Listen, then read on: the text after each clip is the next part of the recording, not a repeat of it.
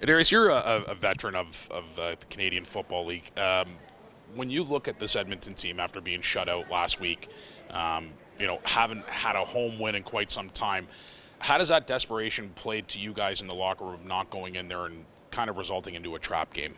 We're going to get their best. I played against Edmonton last year in Edmonton, and it's always a tough place to play. They have a great receiving core, probably one of the better receiving cores in the league. And so far, they just haven't figured it out. So we know that I played with Gino last year, probably one of the best receivers in the league. He highest paid in the league for sure. And you got to respect it. You got to respect some of the players they have over there. And they just haven't found a way to put it together yet. But it doesn't mean that they're a bad team. It's just they haven't found it yet. We got to go out there and we got to play our game. Are you excited for that matchup to go up against Gino? Definitely excited to go against Gino, man. Some of them battles in practice used to be fun. So he's a great football player. And I'm definitely excited to see how this game goes. Possible side wager between the two of you?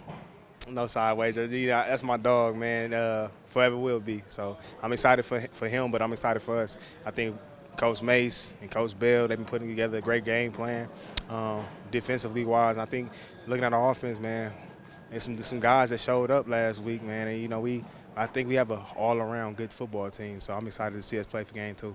Speaking of last week, your home debut. How were you able to soak all that? And I know there were some extracurriculars beforehand with the banner and all that other stuff. But once you guys got going, how easy was it for you to settle in and play your game? It's a blessing to step on the field and play football, and I was thankful for that. It was Father's Day. My father was out here, Mom's was out here, so always special for me to play in front of my parents. And it was, first one, 6 and 6, man. It's a beautiful thing to be here. I played pretty decent, a little rusty for game 1, and I dropped the pick 6. So, always that's one of the main things I was thinking about. Is spending extra time making sure I catch football and just honing in on the small details. But it was a blessing to be on the field. You talk about small details, though. You led the team with 8 defensive tackles. Is that kind of asserting yourself? Is it easier to assert yourself physically wise? To kind of. When I know that you're more of a ball seeker, your nickname pick 6 as well, but being able to get on the physical aspect of the game and lead the team with 8 defensive tackles, is that something that we can be accustomed to seeing this year as well?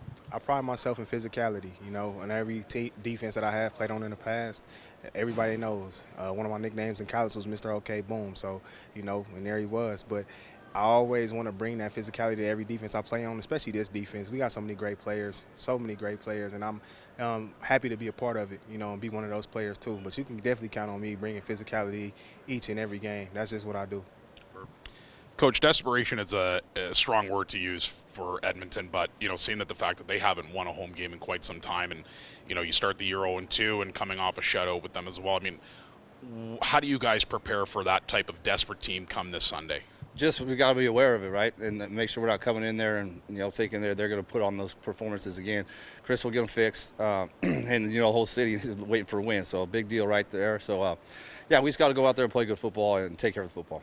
Being a head coach in a type of situation like that, what are you trying to tell your team as you're going into this matchup of not taking them lightly and not overlooking to potentially next week? Yeah, no question. We said, they got their backs against the wall, so they're going to give us our best.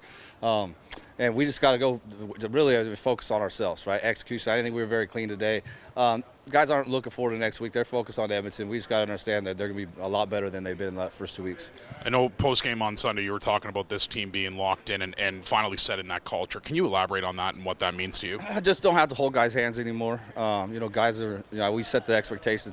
They set the standard, and they're holding each other accountable. And they're working all together. So everybody's up there after practice, working on their own, watching film, just doing the little things and the extra stuff to make us a better football club. Offensively from last Sunday, what did you like from your group, and what do you guys apply to this Sunday? Well, I thought we had some good momentum there in the second quarter. I thought we had a good opportunity to score early on in the first, just to step our toe a little bit. And then we kind of got a little flat in the third. And, we were pretty conservative in the second half. Just, we already felt like we had the game out of reach, just not turn the ball over and keep our quarterback upright. So I think we got to establish the run.